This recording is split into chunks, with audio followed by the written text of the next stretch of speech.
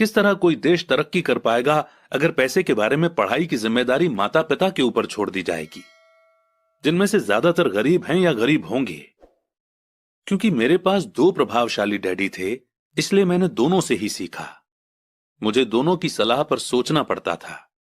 इस तरह से सोचते सोचते मैंने यह भी जान लिया कि किसी इंसान के विचार उसकी जिंदगी पर कितना जबरदस्त असर डाल सकते हैं।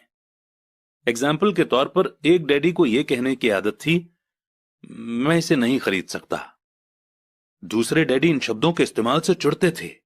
वे जोर देकर कहा करते थे कि मुझे इसके बजाय यह कहना चाहिए कि मैं इसे कैसे खरीद सकता हूं।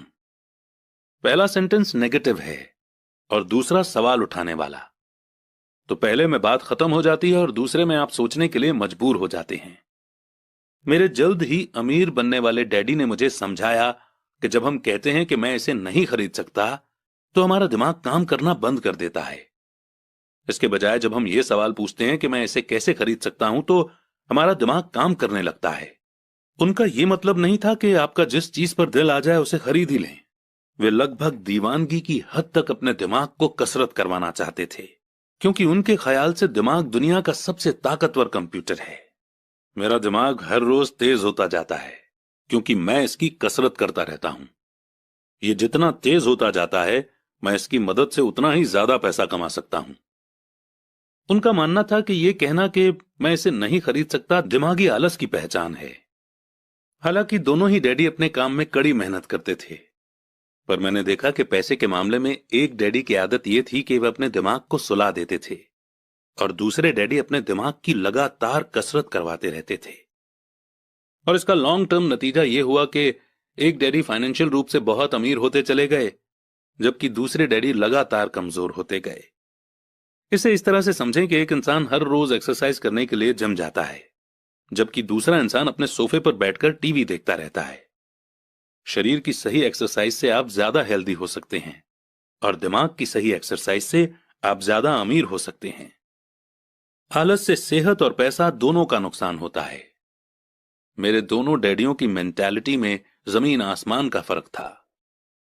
पुअर डैडी की सोच थी कि अमीरों को ज्यादा टैक्स देना चाहिए ताकि बेचारे गरीबों को ज्यादा फायदा मिल सके, जबकि अमीर डैडी कहते थे कि टैक्स उन लोगों को सजा देता है जो कुछ प्रोड्यूस करते हैं और उन लोगों को इनाम देता है जो प्रोड्यूस नहीं करते।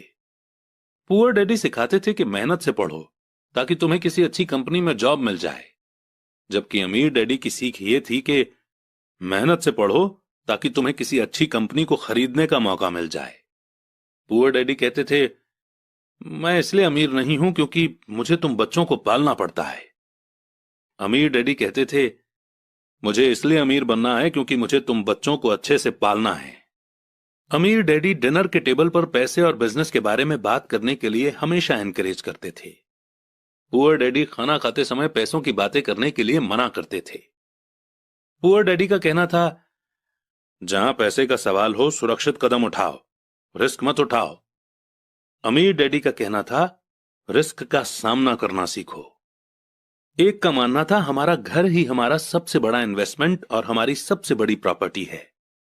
दूसरे का मानना था, मेरा घर मेरी जिम्मेदारी है, और अगर आपका घर आपकी नजरों में आपका सबसे बड़ा इन्वेस्टमेंट है तो आप गलत हैं। दोनों ही डैडी अपने बिल समय पर चुकाते थे, पर उनमें से एक सबसे पहले अपने बिल चुकाते जबकि दूसरे सबसे आखिर में।